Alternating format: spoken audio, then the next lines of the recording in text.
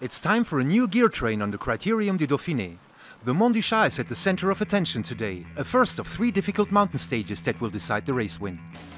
Before it gets to the first out-of-classification ascent, 6 men leave the pack behind and break away.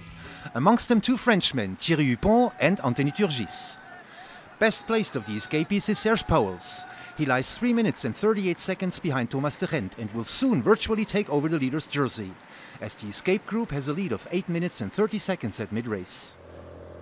But in the pack, Romain Bardet decides to launch the hunt before getting to the Mont du Chat, and his team AG2R quickens the pace considerably. The pack is very nervous, several riders come to fall, and when it gets to the ascent of the Mont du Chat, the gap between the escape group and the yellow jersey has dwindled to 3 minutes. The first few hundred meters of the ascent will be fatal to Thomas de Gendt, who knew he wasn't likely to hold on to the yellow jersey in the mountains. Alejandro Valverde, on the other hand, seems in great shape and attacks 8 kilometers from the summit. He is, however, quickly taken by Fabio Aru. The Italian passes Bardet before catching up to the last escapees and leaving them behind also. On the slope of 10%, the winner of the Vuelta 2015 also resists Froome and Porte, who passed the summit 15 seconds after Aru.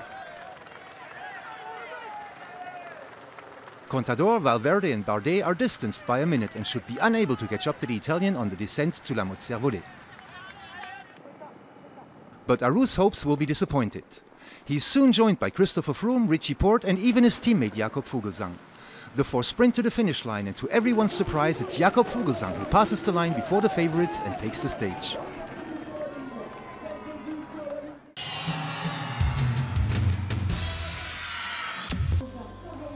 Opposed to Christopher Froome, Richie Porte or his team leader Fabio Aru, Jakob Fuglsang certainly wasn't a favorite.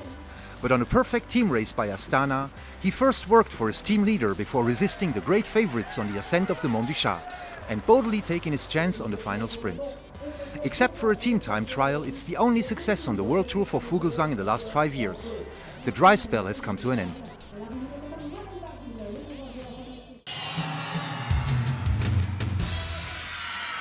It's been a lot of bad luck for our team this year,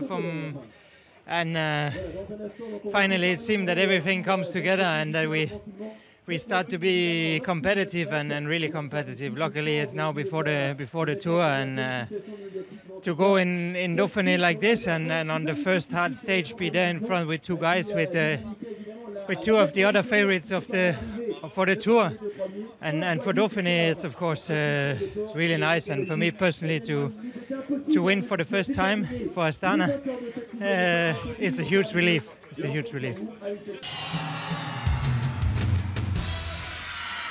Behind the winning quartet, the losers of the day are Romain Bardet and Alberto Contador. The Frenchman didn't manage to pursue his effort and loses 50 seconds to the stage winner today. For Contador it's even worse. He passes the line 1 minute and 6 seconds after Fuglsang. Narrowly beaten on the sprint finish, Richie Porte can find solace with the yellow jersey. It's the first time the Australian takes the leader's jersey on the Dauphiné. Stage 7 on Saturday will be the most demanding of the 3 mountain stages in the Alps. It goes up by almost 40 kilometers. The ascent of the Col de Sarenne that will take the riders to the foot of the mythical Alpe d'Huez promises an exciting battle.